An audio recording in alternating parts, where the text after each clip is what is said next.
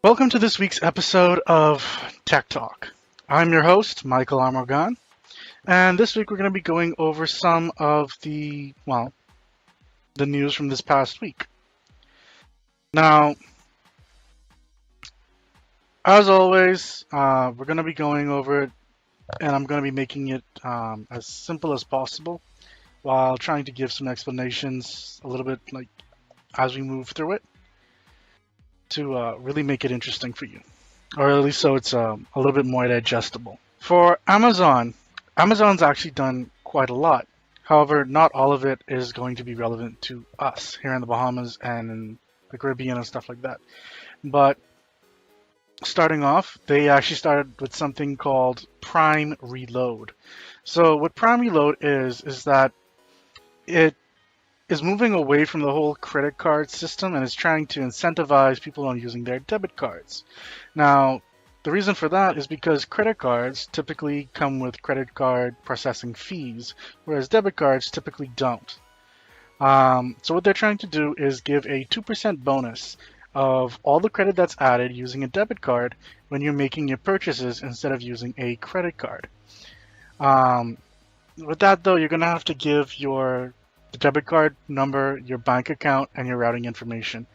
And if you're from the Bahamas, that bank account and routing information kind of gets in the way when it comes to dealing with stuff in the States.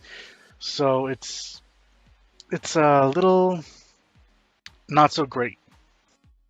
The next thing that they came up with was actually a patent. It's really ironic patent of all things, to be quite honest.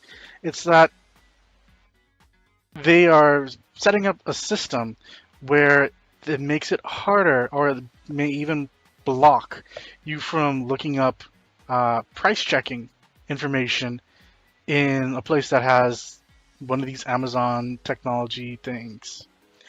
There's not a whole lot of information to go on with it. All we really much know is that it uses an in-store Wi-Fi, so you have to be connected to their Wi-Fi for it to happen. And I'm guessing it's connected to their router or some firmware or something along those lines. And so when you're on that and you're saying, okay, well, I see this item costs $17. I wonder how much it costs on this other place. So I'm going to look it up online. It's going to realize, hey, they're looking up this item which you sell, and we can do a number of things for that. We can give them a complimentary item, we can give them a coupon, or we can block the other site because, yeah, we don't want them looking up that information on another website and finding out that it's cheaper. It's kind of going against the grain of what Amazon's really been doing for the past few years, with even them having their built-in product scanner, where you just scan an item, you see items that match up with it, and it gives you the price. So it's a little weird. Next up, they came up with Prime Wardrobe. Now, Prime Wardrobe is something that's definitely not going to be happening here in the Bahamas, but in essence, what it is that you select certain items to try on, and you try them on. The ones that you like, you keep. The ones that you don't like, you send back. Now, the ones that you don't like, what happens is that there's two plans. I think it's if you get 5 or more items, they give you a discount of a certain amount, and if you get 10 or more items, they give you a higher discount.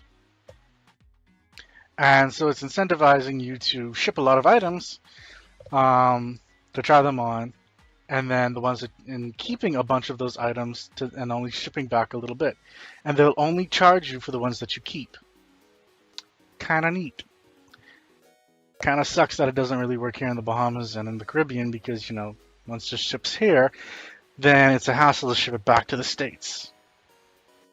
Knock, knock, Amazon. Actually, no. That'd probably be bad for economies if Amazon was to come down here. Next up, Amazon actually bought the U.S. company Whole Foods, which is causing a bit of a stir with some other companies who do things along the lines of going to the grocery store and actually getting your grocery items and giving them to you. Because we all know Amazon Pantry has already been a thing, and so you get items for your home. So now this is just taking that a step further, and you're actually being able to buy food stuffs, as I like to call it. And I'm guessing have it shipped to you like that. How exactly they're going to ship it and keep it, all good and not weird, I'm not 100% sure. But I'm sure they'll figure it out. Apple. Now, Apple's also gotten in on this with some news that's actually happening with them. They are working on something that is not a whole big of a surprise because they kind of told us about it some time ago. It just wasn't fully implemented.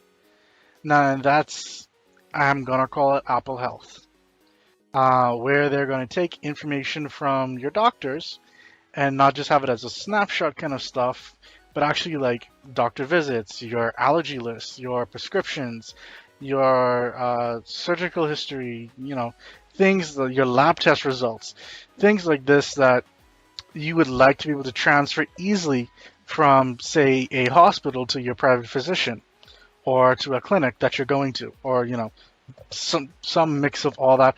Or maybe even a health app that you might be using. You want to send you over your prescriptions easily just to that, and so that manages your prescriptions kind of thing. But they're working with a bunch of people, and they have a secret team that's working on actually talking to hospitals, talking to developers, and talking to doctors and clinics and stuff like that to actually get this stuff worked out. So it's actually finally coming to fruition, and this is the idea that a few other companies, the biggest one that comes to mind is Google, with Google Health and Google Fit. That was kind of what they were aiming for from a few years ago, but Google Health fell through because there was only about 10 to 15% of people that were really interested in it, and that wasn't sustainable. So they may have been a little bit what's the word? Anyway, it may have been before their time, before its time, and they may have just been a little bit too early with it. Samsung's actually did something a little bit sneaky. They low-key bought a company, VRB, which is a virtual reality development company, which more than likely Samsung is going to be using to help power their Oculus tie-in device with Facebook, but more on the lines of they're going to be using it to create content for VR, especially since content for VR is not all that much at this time. It's actually quite lacking, and that's kind of the problem that we're having with VR right now. Yes, it's awesome. You try it out, you really like it, and then you actually try to find content for it, and it's a slow but steady, but still slow stream of things coming in. So here's to hoping. Samsung's a pretty big company, so you never know what they may come up with, but you never know. It may also just go to the wayside. We'll have to see what happens with VRB. Microsoft. Yeah. If you have a Surface laptop, like the more recent Surface laptop, I got some bad news for you. That is almost, according to iFixit, impossible to repair, which sucks when you really think about it, especially since if it has a problem, whoa, okay, that was not supposed to happen.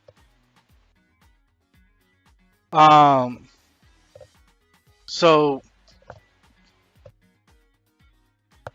they found that let me see, there's no screws to hold the case together, and so you're forced to pry apart the fabric that kind of holds it together, and that's very difficult to do without tearing it.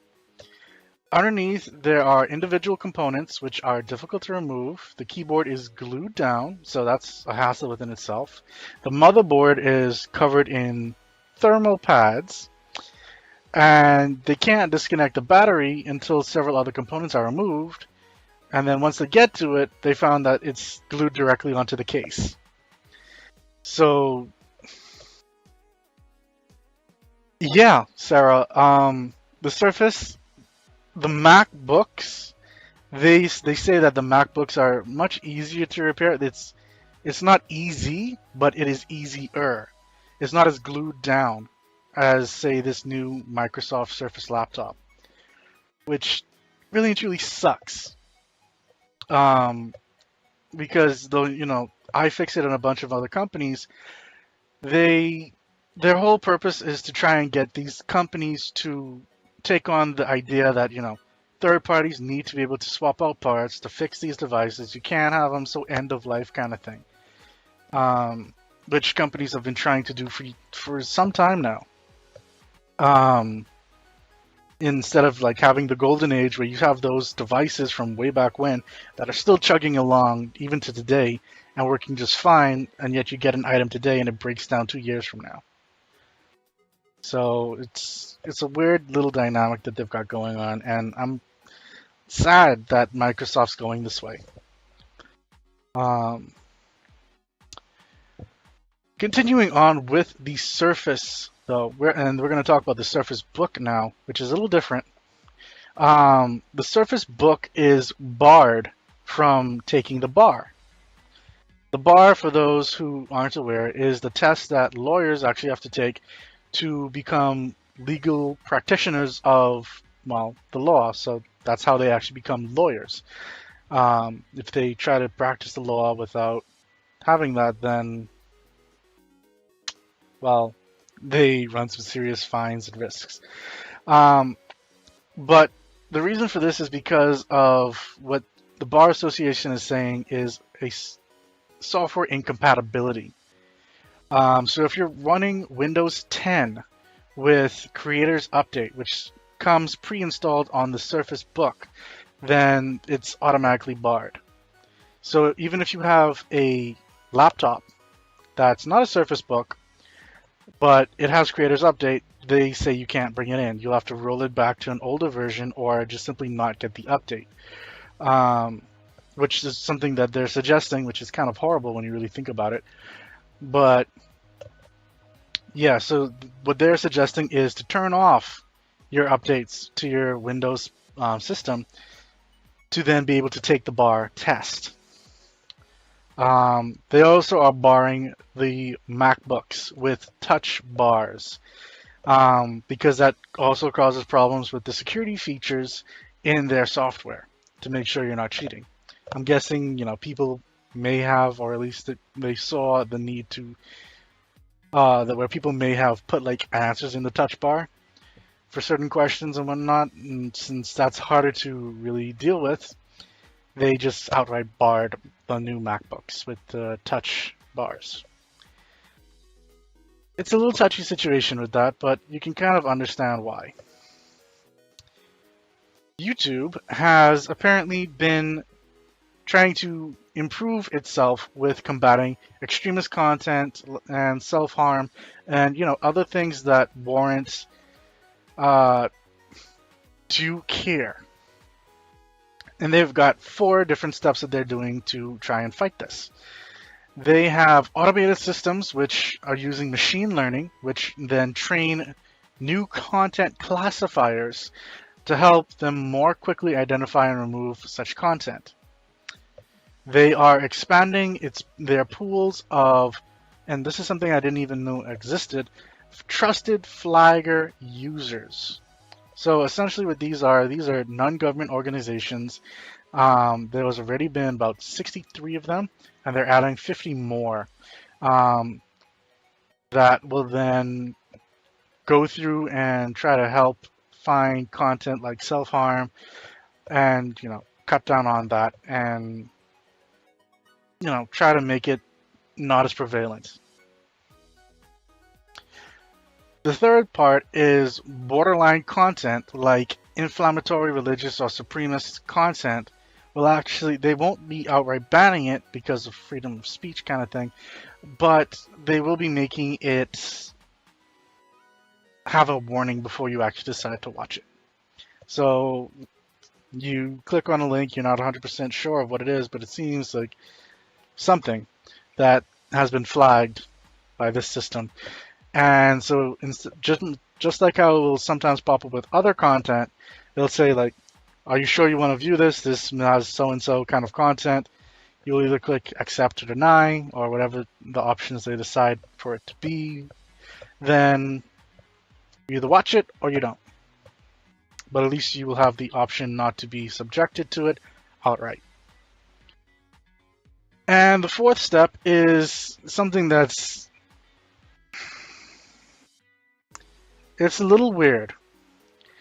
Let's say you're someone that ISIS is targeting to try and convert you over.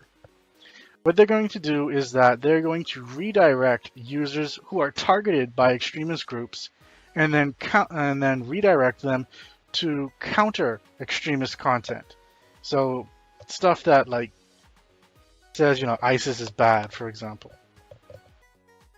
Um, and so it's a little weird in the fact that it's playing along with the whole how should I put it?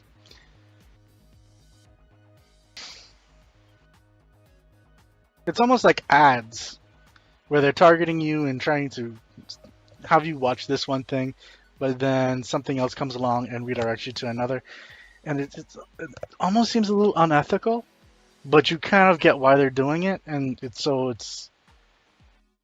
little weird. Like, I'm not sure how the EU is going to take that, because I know, well, the EU is kind of touching on stuff like that. Um, those of you who are old school gamers, you probably know the name Atari. Atari was a video game console system back in the day that made a few different consoles and games for said consoles. And here's some good news. They are actually making a comeback. They are making a new console that is based on PC technology. Unfortunately, that's about as much as that we know about this said console. Speculations are that it'll be a mini Atari system, but that doesn't quite fall in line with the PC technology aspect of it, unless it's about the size of a Raspberry Pi. But who knows? More, they haven't given us any dates. They haven't given anything. So you just have to keep an eye out for that. Here's something that's going to be a little confusing. There are things called quantum satellite networks now being, well, proven to be sustainable relay networks. What does that mean? Okay, so breaking it down as simply as I can, a quantum satellite network essentially allows you to share information from one source. So let's say my room right now, and there's a satellite in the sky. It is sending that information to that satellite and allowing it to be broadcast to another location. So pretty much the way how satellites work currently. The only thing about this is the quantum element of it. Quantum meaning that it uses photons, and photons kind of change when, I guess, viewed is probably the best way to really explain it. So this is an encrypted type of network. People are speculating like this will be the future of the internet kind of thing. But right now it seems to be more like confidential government type of networks that are really going to be using this kind of information, or like really high-end companies that need to send information across the world. So yes, quantum equal encrypted. Quantum mechanics, quantum. Anyway, It's really, really technical, and like I said, I'm going to try and make it as easy as possible.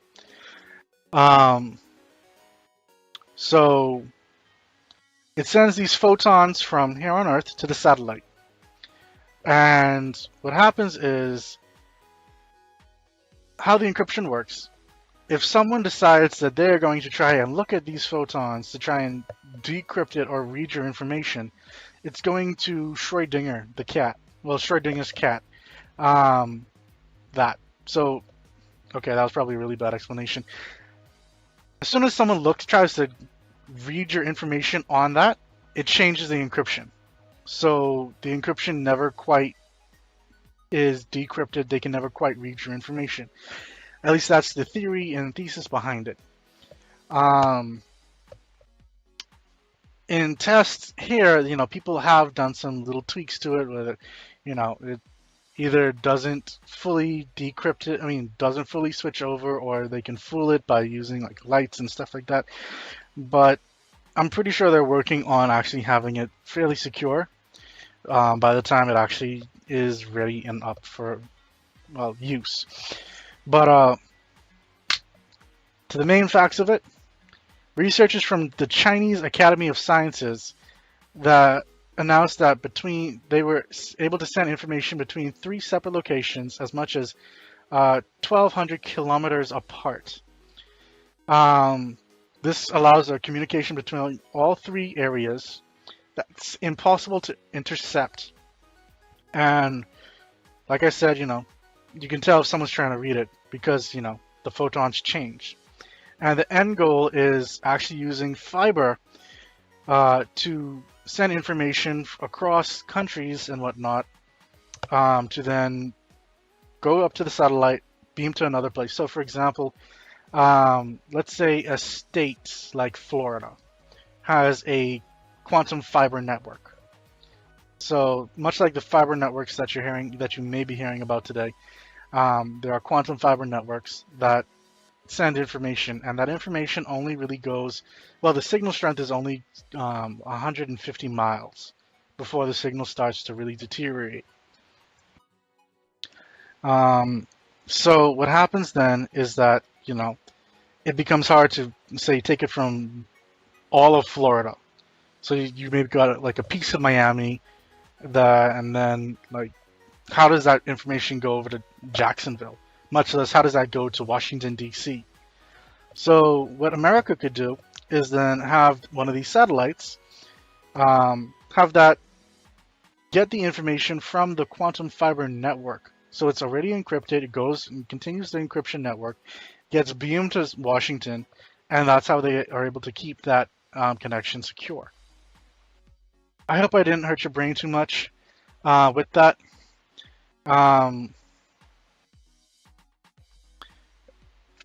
Also, if you, in keeping to the idea of the East a bit, if you heard about WannaCry, which was the ransomware that hit quite a lot of countries worldwide and a lot of companies and caused a lot of mayhem, because what ransomware does is it actually, once it's on your computer, it locks you out from your information and doesn't allow you to really do anything on your computer. You can try to even reformat your hard drive and it will still be there. You can, like, there's almost no way to really get rid of it without paying them to get rid of it. Yes, there were circumvents around it, or at least the first version, and whatnot, but British officials, well, British intelligence officials, I should say, have alleged that North Korea is actually behind WannaCry. Which, part of the reasoning for that was that they are using Chinese as a second language the people who run it are using Chinese as a second language. And I'm sure there are other reasons behind it, but at least that's what I was able to decipher from the notes that I read about it. So it's really hard to really tell, at least I would think. But I mean, if you never know, it actually might be North Korea.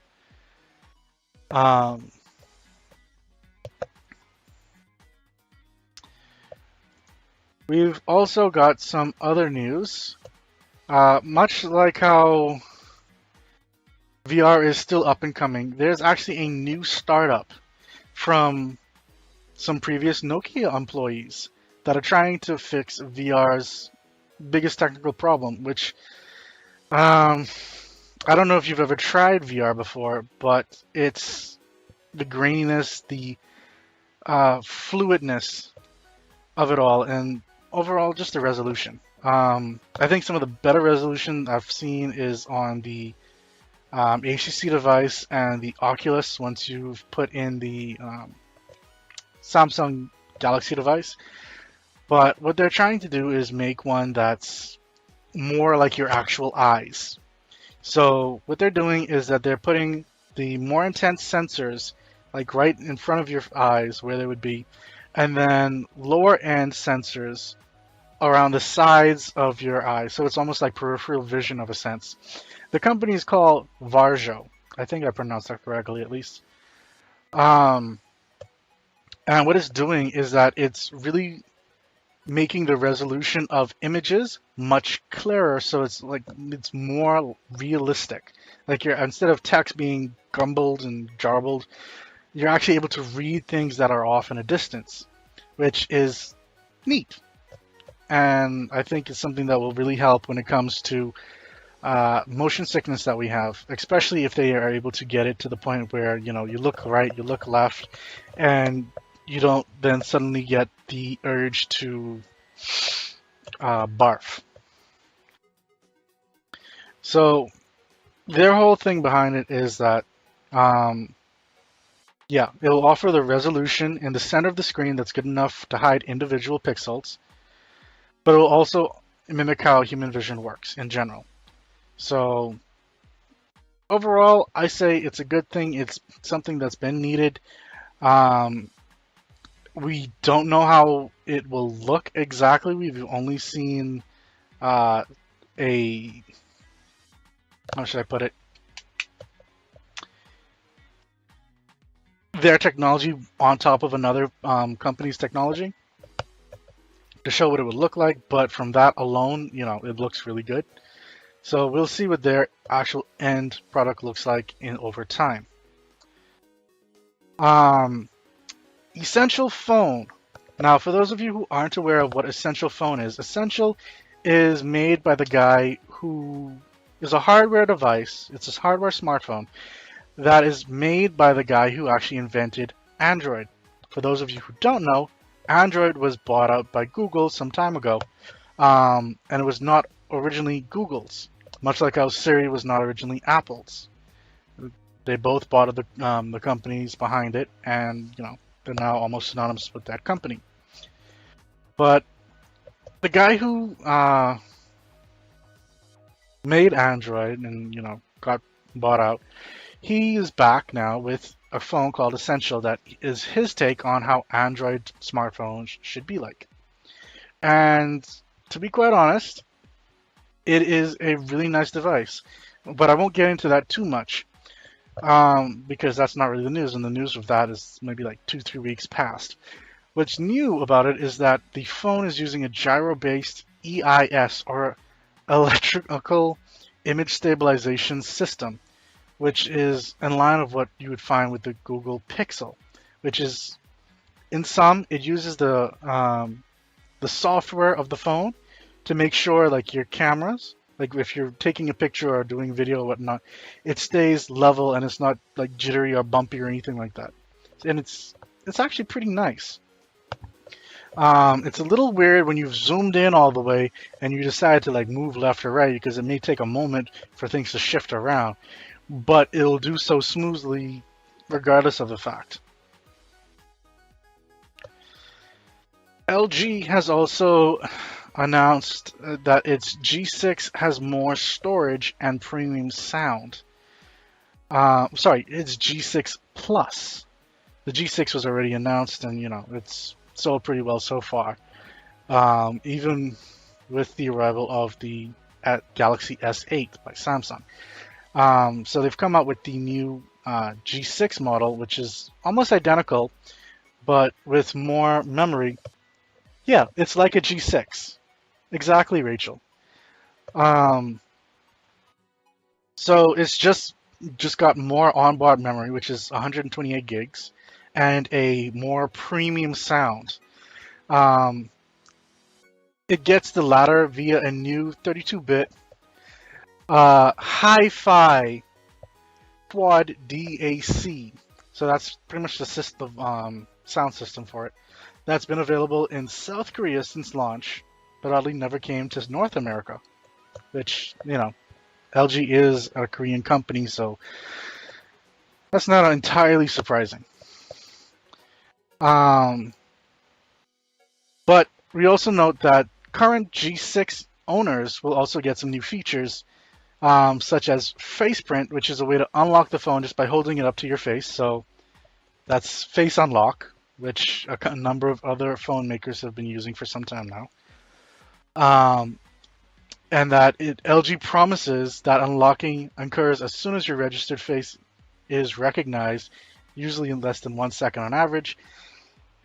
I implore you to not use this method. It is one of the weakest forms of security out there. It has been broken into on the Samsung devices time and time again. Even their Iris one has been broken into just by like having a picture and a contact lens on it. Don't do it. Stick with your password, stick with your PIN, stick with your fingerprint. Like, stick with that for now.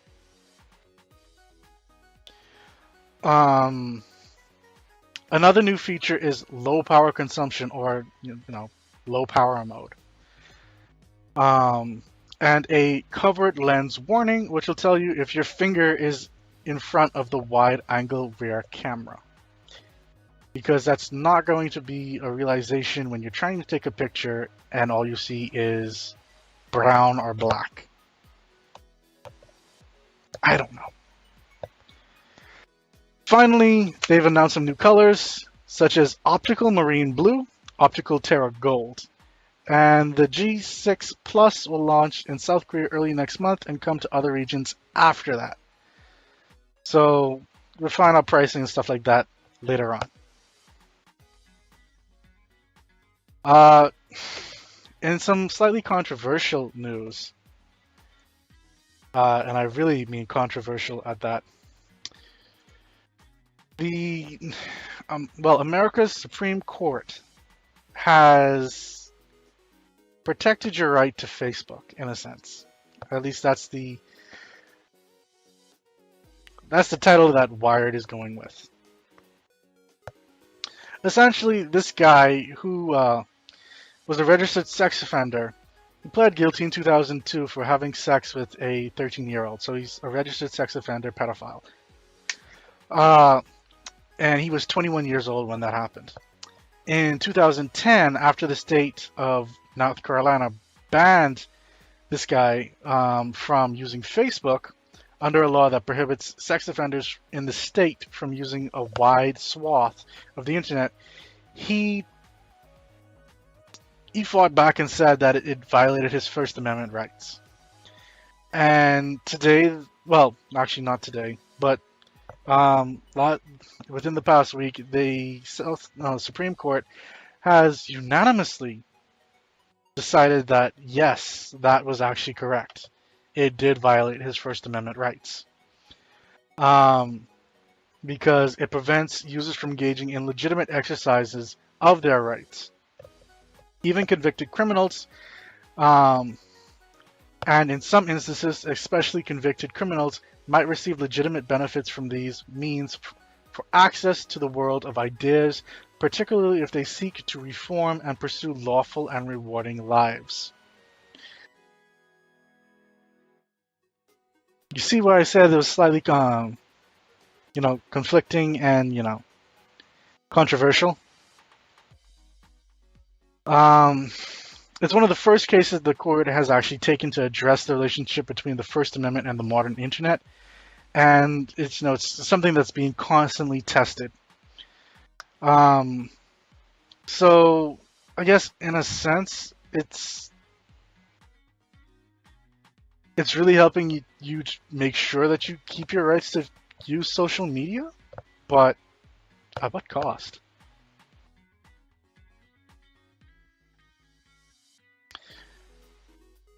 Speaking back on Facebook, Facebook has actually been using artificial intelligence. Well, they're the Facebook Artificial Intelligence Research Lab, or FAIR.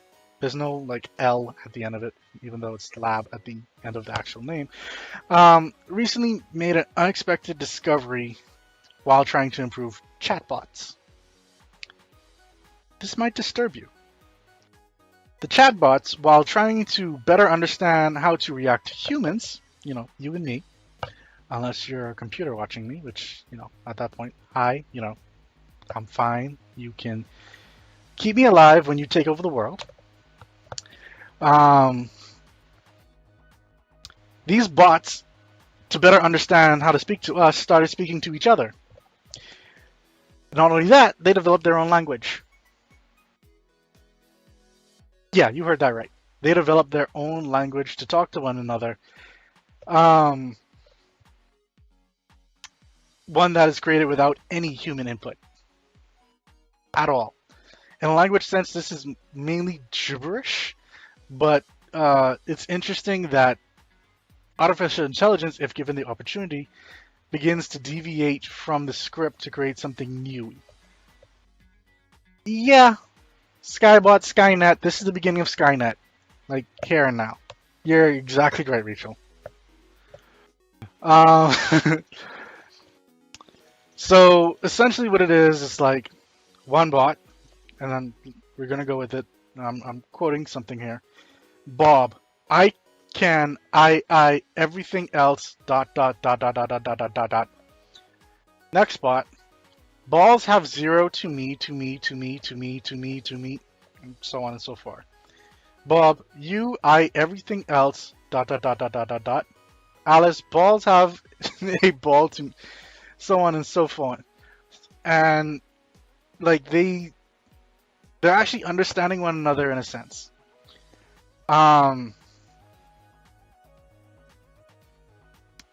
So the researchers have found that these bots to be incredibly crafty negotiators. So this is even worse. Robots in a few years will be able to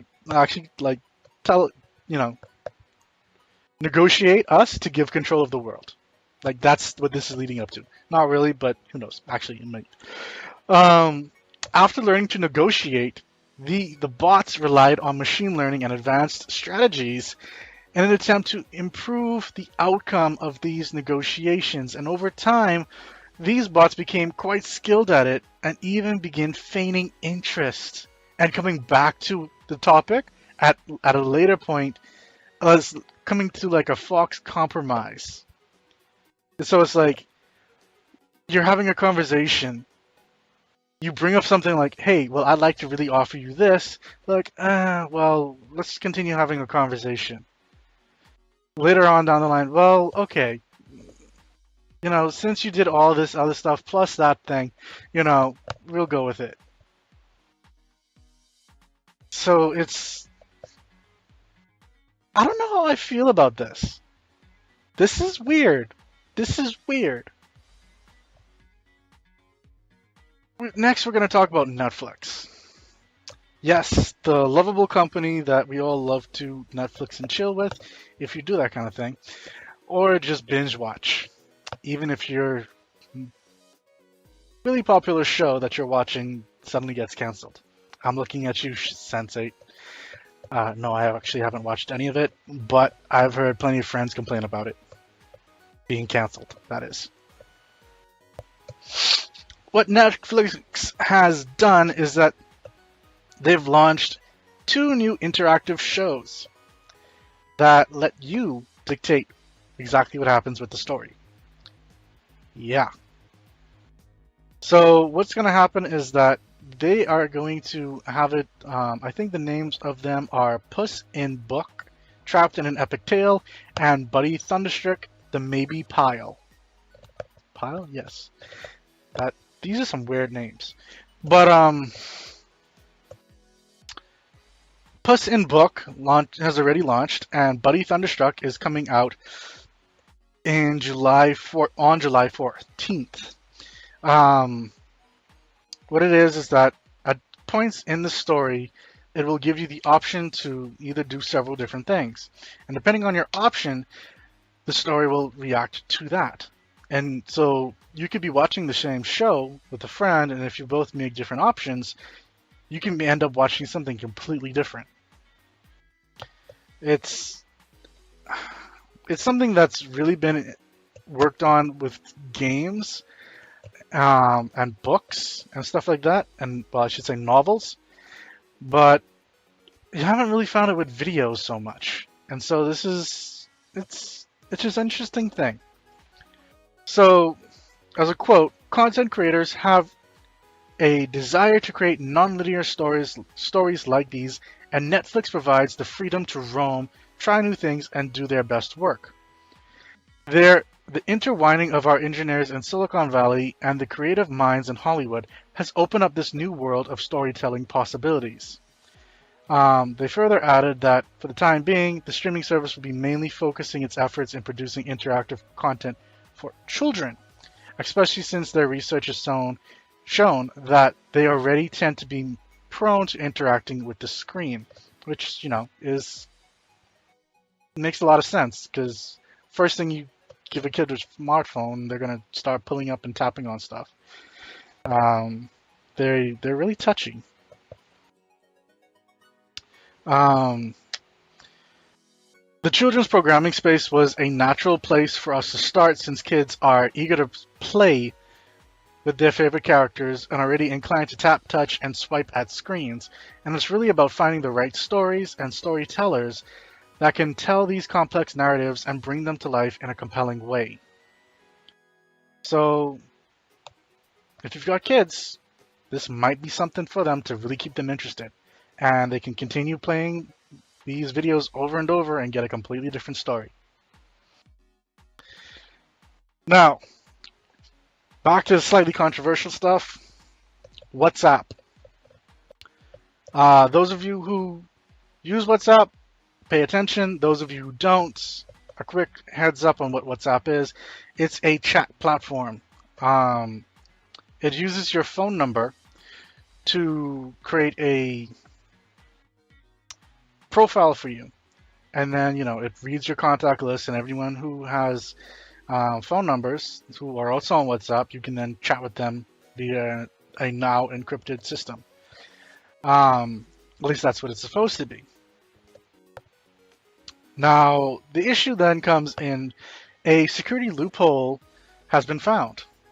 The encryption in WhatsApp, which typically works fairly well with text, video, like sending videos and documents and even calls, has a slight hiccup.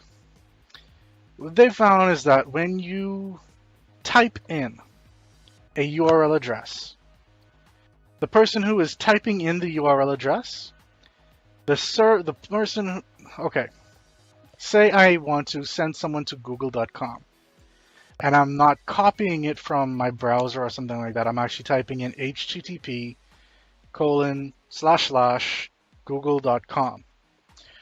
Google would then be able to, and I'm not saying they do, Google would be able to then pull my location from me putting that in, because then WhatsApp will then try to preview that content.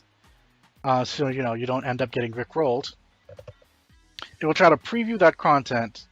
And in doing so, it sends the server your IP address. And your IP address then gives them your location. And so, yeah. Now, what they've noticed is that if you were to copy in a URL link, this does not happen. So it's very not nice. There's a tweet that someone did, Mulander, and the tweet says, "Very creepy at WhatsApp.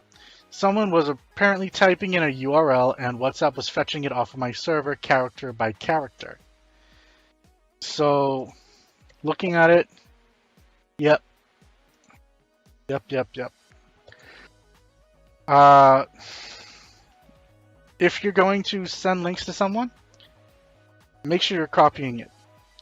Don't type it out. At least if you're worried about places and different websites knowing exactly where you are. Next up is eBay. eBay has actually started something that a lot of other places are doing, but it's limited. And what it is that it's price match guarantee, which is something you probably heard from Walmart, Amazon, Best Buy, Sears, and a number of other companies that do it.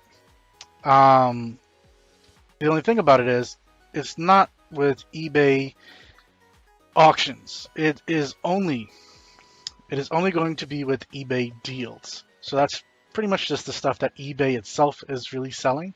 Because yeah, they actually do that now. You can buy stuff from eBay and you not have to bid on it, kind of. So yeah, if you find an item that you bought and or thinking of buying, and say, "Hey, I found this item elsewhere. It's cheaper." They'll price match you. You'll get it for the cheaper price. That's going to be interesting going forward.